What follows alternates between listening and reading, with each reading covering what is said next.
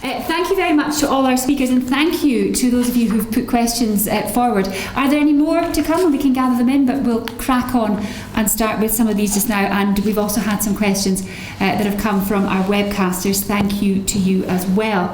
We'll start with Donna Smith from the Crofton Commission. Are you here, Donna? Thank you very much for your questions. The first one, and I think I'm going to direct this one to Amanda first. How do you juggle your time with your day job?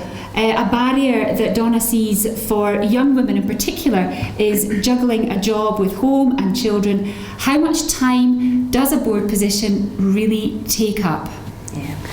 I mean, there's no hard and fast rule here. I think Sue mentioned the fact that when you join a board, your board meetings are set well in advance. I mean, my diary is already full with the board commitments I have for next year now, albeit that's the formal meetings and there will be things to juggle around that.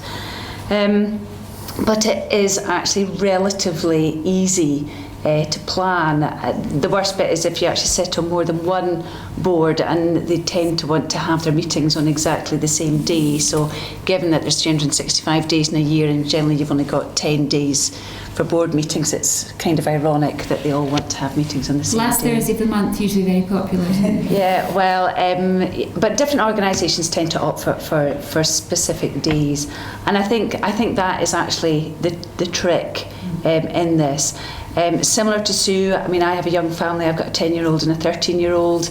I've had a number of board positions, and I think the key thing is to be very organised and to make sure that you do your diary planning well in advance. I don't think there is any trick to it. In terms of how much time and commitment does it really take, to be honest, each position will sort of state roughly how many days they expect you to spend. If you choose to do so, you could probably stick to that commitment. My philosophy in life is if you want to do something, you need to commit to it and you want to do it well. So inevitably it does take up more time. But generally by doing that, you get more out of it. And I think it is just a case of trying to balance that. At the end of the day, you will not be pushed to do more than the required amount, but I would suggest the benefits of putting in that bit extra are actually worth it at the end of the day. Okay, thanks very much, Amanda. I think Sue had a comment to pop in with there. Yeah, just a quick add-on to that. We've not talked at all about pay and terms and conditions and that sort of stuff, but it's worth mentioning in this context that board positions will normally allow you to put in a claim as well as your travel and subsistence, but also for carer responsibilities, and that might be relevant to some people. Okay, that's very useful. Thank you very much. Does that answer your question? Donna also had a subsequent question, which also came in from one of our webcast watchers, Kaylee Cunningham, asked the same thing online. Are current civil servants eligible for all, some or none of the posts? And if it's all, that's fine. If it's some, how do we know which ones? And if it's none, I suppose the question then is why not? And I think, well, yes, you're jumping in there, Marion.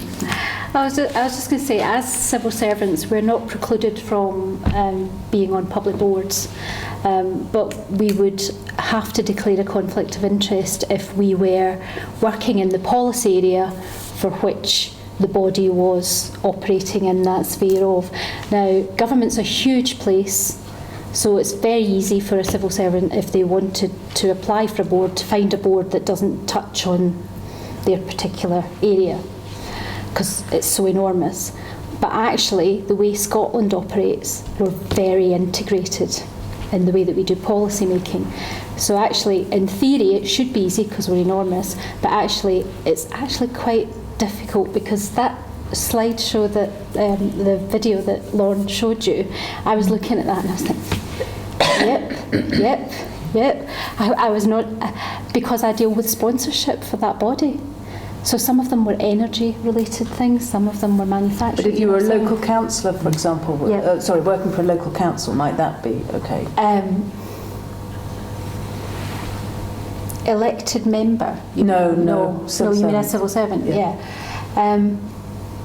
Yes, because as long as you declared an interest if an item came up at the board, where, for instance, your local council had an interest in, and you were party to that decision-making process. So bottom line then is there's nothing, theoretically there's nothing to preclude it, but there would have to be no conflict of interest.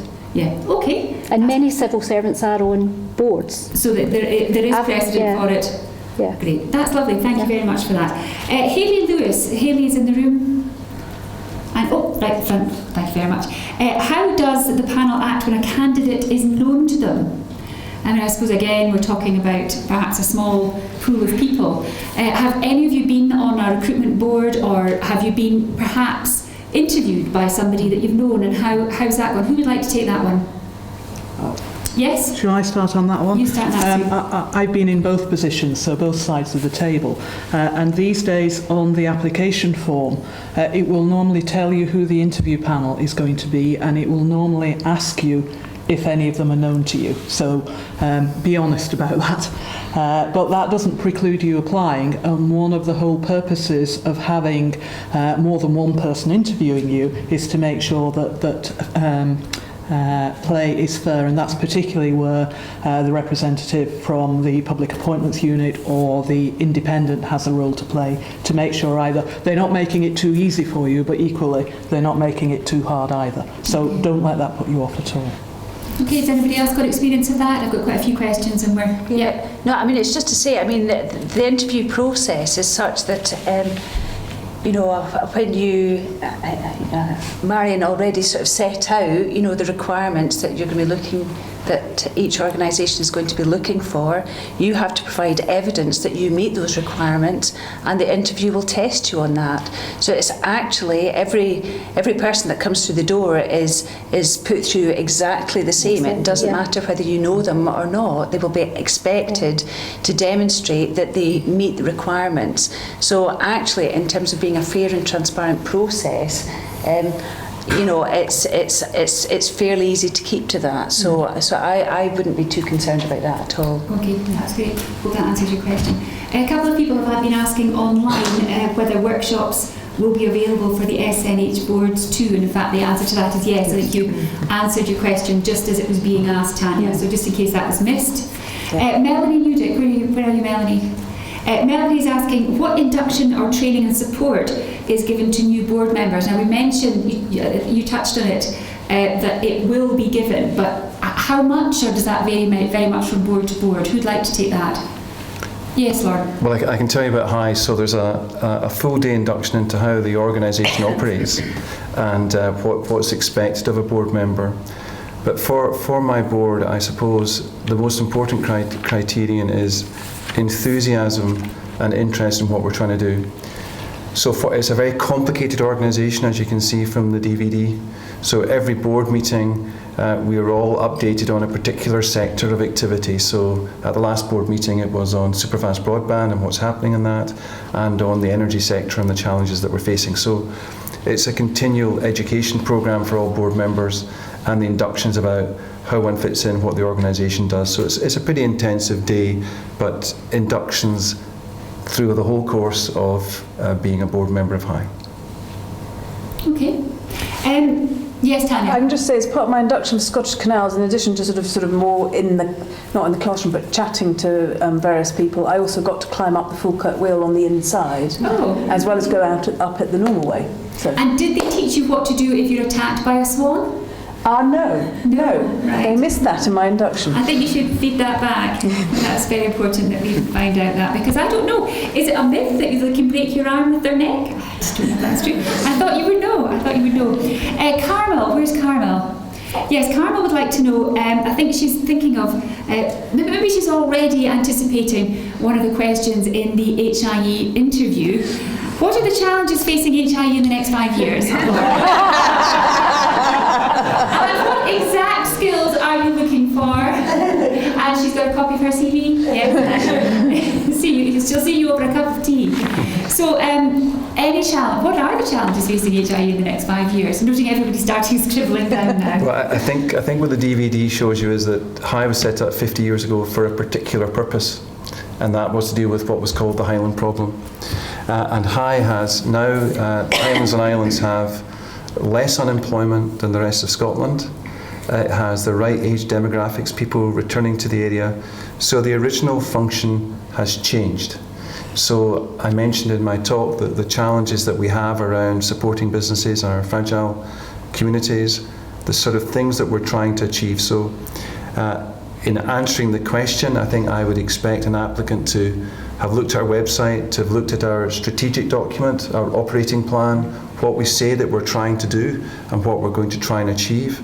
And in truth, my enthusiasm for it, which I would hope with applicants would get, is that the Highlands Islands has absolutely unique opportunities now to make it a great place, and our handle is to live, work, study and invest. And it's about creating the environment to enable that to happen. So that's, if I was sitting in front of the panel, and what was it? You said it was going to be warm and encouraging for the panels that are going to come here. I would expect us to be exactly the same. Thank you, Tanya. Okay. Warm and encouraging. So I'd have thought in the answer to the question, the most telling feature for me would be a real passion and enthusiasm to see the organisation continue to succeed. And everybody's just committed that to memory. We're going to be watching all that again. And we have loads more questions, but we can't get through them all. But a final one we're going to take from Jane Gill. If you apply for roles and are unsuccessful, and I think, Tanya, you alluded to the fact that you may have just been once or twice not quite got the board position you were looking for, what feedback and support is offered? And I suppose we would ask, Lauren again from High, and we'll then go to Sue. Or Marion, yeah. Or Marion, or any of you. All of you. I think there's three bits from it from me. When certainly in every application there's a letter from me explaining why you have been unsuccessful. What is it that you didn't match in terms of the criteria? And post-interview, those that get through to interview, then there's a more detailed letter from me saying exactly why you were not preferred to others in terms of what the skills that they had as best we can.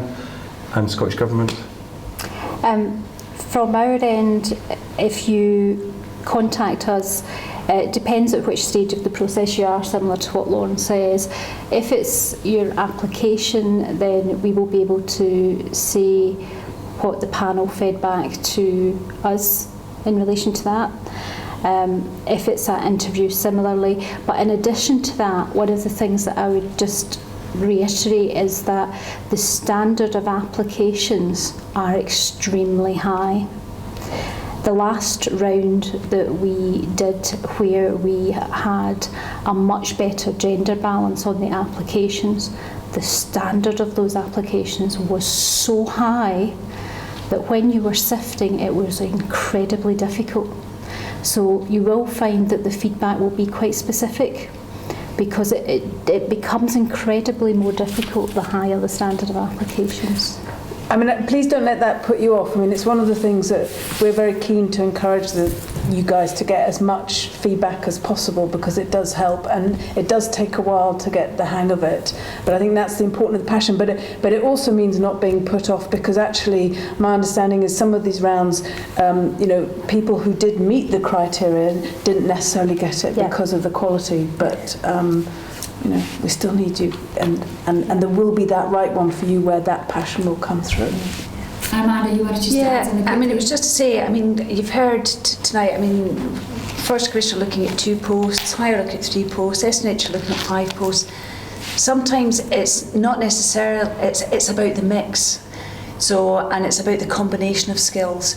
So it may well be that there happen to be more applicants coming from a group of people with similar skills to yourself. So it's not necessarily that the quality wasn't there. It's just that in terms of actually getting that balance and that mix of skills that you actually need on a board, and and that's even the same after interview. There may well be a number of people who actually excelled at interview, but it's about that balance, and again how that actually fits with your existing board members. So don't be disheartened by that kind of feedback, And I've certainly, had that feedback myself, in that at the end of the day, yes, I passed the panel and, my name went forward to ministers with others, but at the end of the day, it was a different mix that was required. And you just have to take that on the chin and say it wasn't for me at that point in time. So I think another important point is that getting through to interview is the critical hurdle. So in High's case, last time we did a round for 3 appointments, which is this one, 17 got through to interview. And it's a completely level playing field. I think once you're through to interview, it really is about how you come over in the interview and how you could demonstrate that you could add value to what the organisation is trying to do. So once you're through it, you really are on a level playing field with all other applicants. I'm very conscious that we're already over our time, but I hope you're all finding this interesting, and I do want to ask one other question. How big are the boards? How many board members are you joining? If there are 3 new members joining High, what does that get it up to? It gets us up to 10. Up to 10? Yeah.